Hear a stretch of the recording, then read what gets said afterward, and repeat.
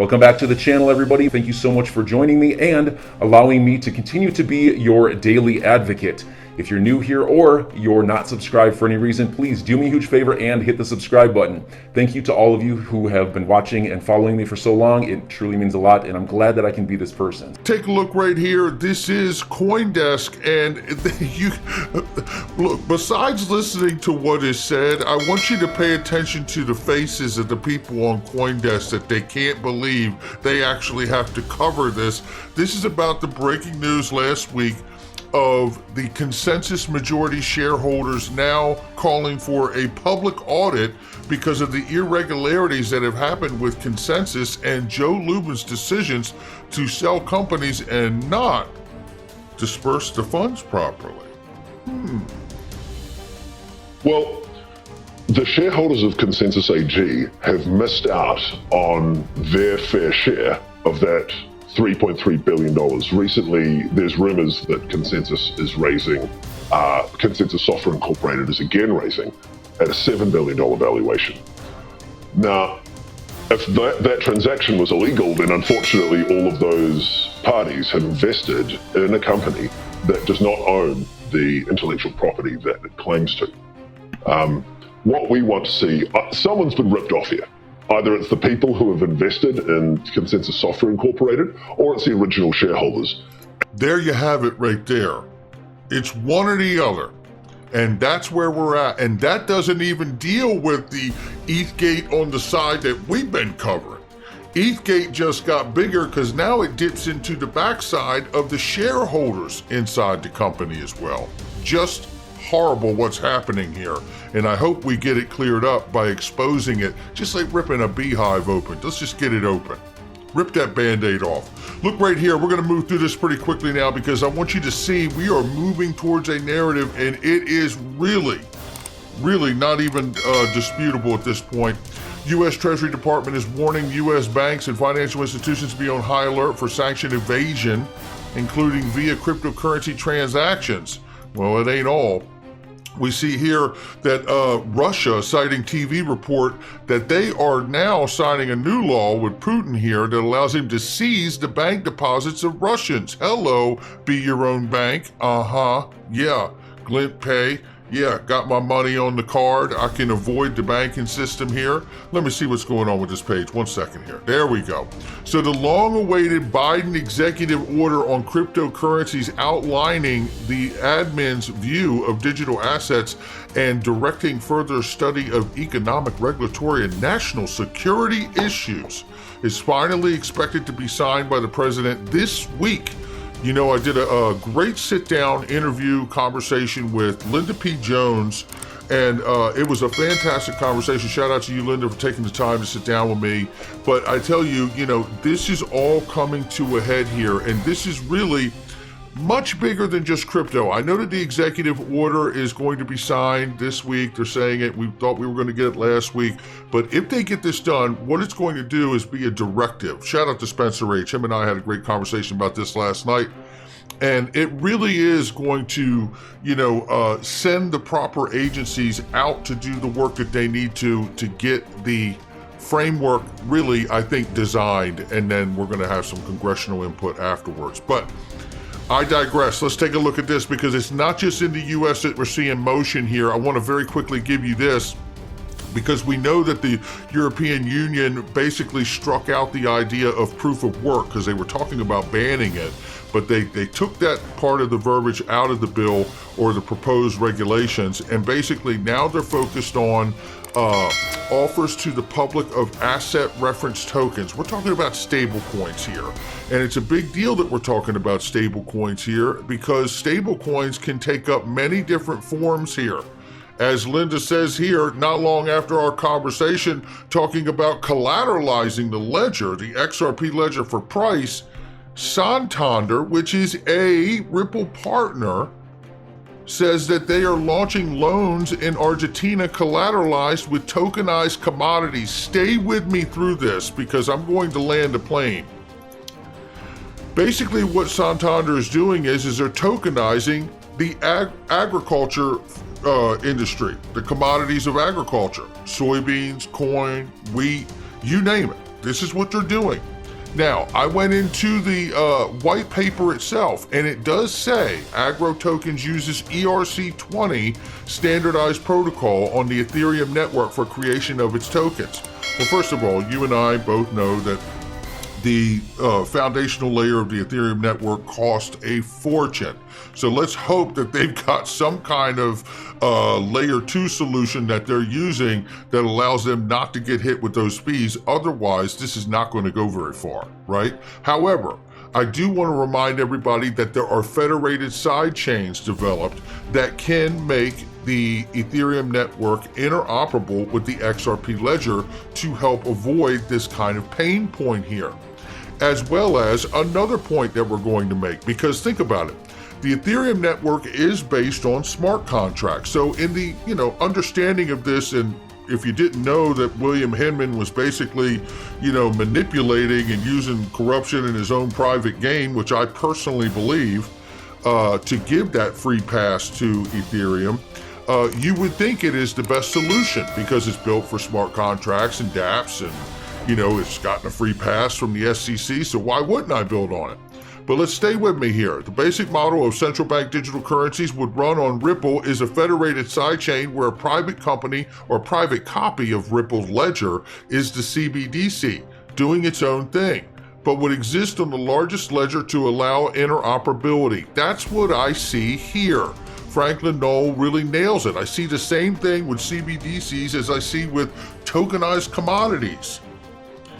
Whether it's oil, gold, or soybean, wheat, or corn, it doesn't matter.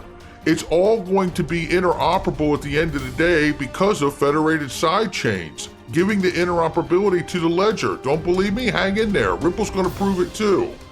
But let's talk about the impact globally of what's really going on here. I want you to hear from this lady who used to work at the World Bank and was fired for exposing corruption. Take a quick listen. But I have been warning the... So they were shocked about that. No, actually, Senator Lugar was fabulous. He wrote 3 letters to the World Bank saying, don't fire this lady. And the Senate Committee on Foreign Relations at that time was chaired by Joe Biden, and there were 2 senators on there, our friends Hillary and Barack. Yeah. So, and those people were really concerned about the corruption inside the World Bank. That is until, the revolving door.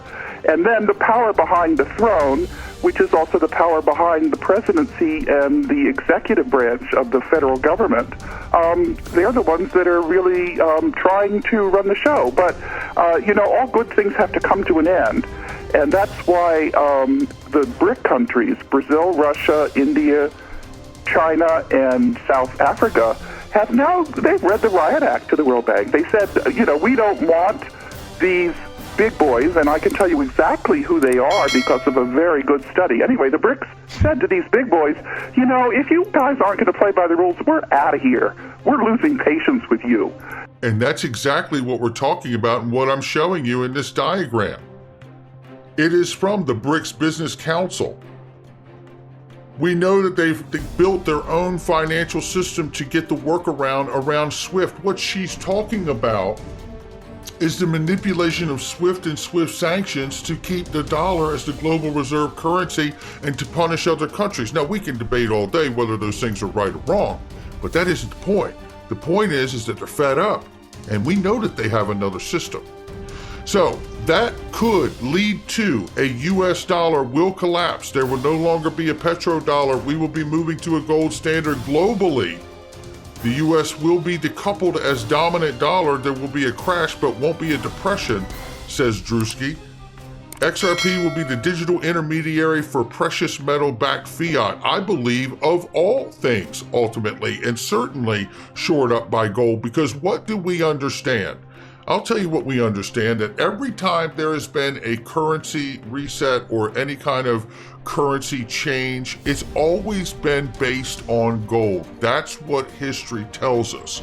But I certainly believe we need to think broader, just as Santander is doing, even though they're building the Agro token on an ERC20 Ethereum network. That smart contract network is going to need to be interoperable with what? Well, I'm going to tell you in just a second, because it's not going to be just Ethereum. Count on it. But listen to hear the impact of the sanctions of Russia. And listen to what history has told us the last time Russia was sanctioned as well. Take a listen. Fiasco. A lot of people, I mean, well, if you're under 50, you probably never heard of it. And if you're over 50, you may barely recall it, but I lived through it. I negotiated that bailout. And we were hours away from closing every market in the world. That didn't happen because we did the bailout, but it was a close run thing, as Wellington said. And we were hours away from shutting every market in the world. Everything, it's a hedge fund was over leveraged. Okay, fine. But it started with Russia. It started on August 17th, 1998, when Russia defaulted on their internal external debt and devalued the currency. And then that started a cascade because, Credit Suisse was a big underwriter of Russian bonds. We had some long-term capital, but we didn't lose money. We didn't lose that much money in Russian bonds. We lost money on everything else, on $1.4 trillion worth of derivatives when spreads widened because there was a full-scale global liquidity crisis. But it started with Russia. It did not start in Greenwich, Connecticut. It just ended up there. My point being, here we go again.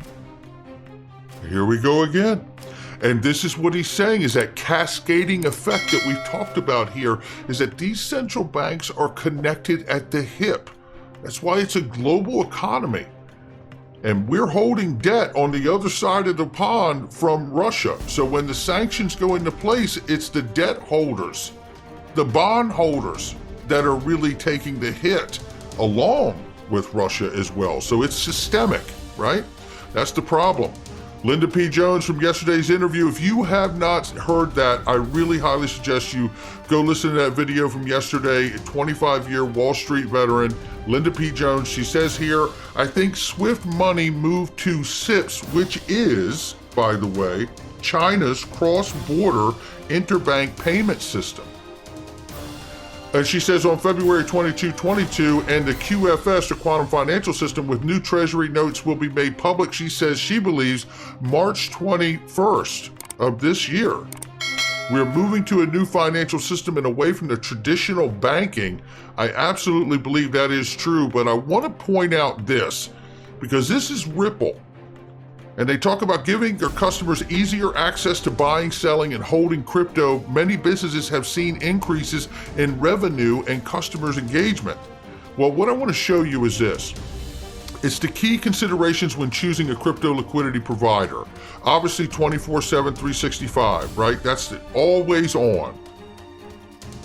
A liquidity partner serving enterprises must also provide exceptional breadth of liquidity.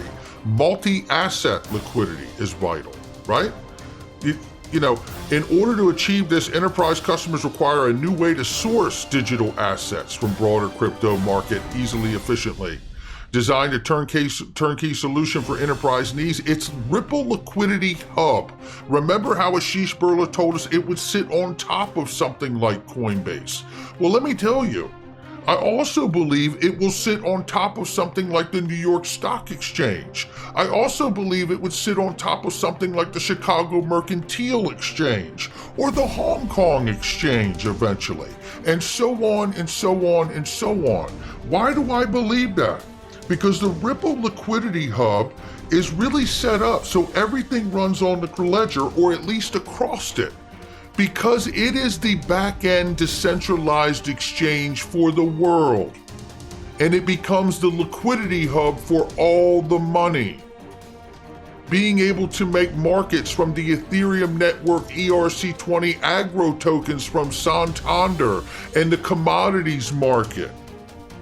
Now, we talked about this, the idea that you could have collateral from all different aspects of industry, whether it be corn, wheat, soybean, that's tokenized, 100% collateralized, and put on the ledger so you can do back loans. We just had this conversation yesterday about providing a floor price for the XRP ledger because you could put a certain amount of reserves, whether it's oil, gold, any kind of other commodities in the metals or in soft commodities like corn, wheat, and soybeans, right? Dollars, all of it. Certainly gold could be the backbone of that to shore up the system. But think about it, what could be more confident than having something that is a bridge that can settle anything to anything, being as liquid as it needs to be because it's connected to everything in the world to source the best price and the best quantity of whatever it is you're looking for. This is what they're doing. This is where we're going. Don't believe it. It's still true. So enjoy your day, everybody. I'm always here for you. Leave any comments or questions below and be sure to subscribe. But thanks, everybody. I really appreciate you. Enjoy your day, and I always have your back. So thanks so much, everybody.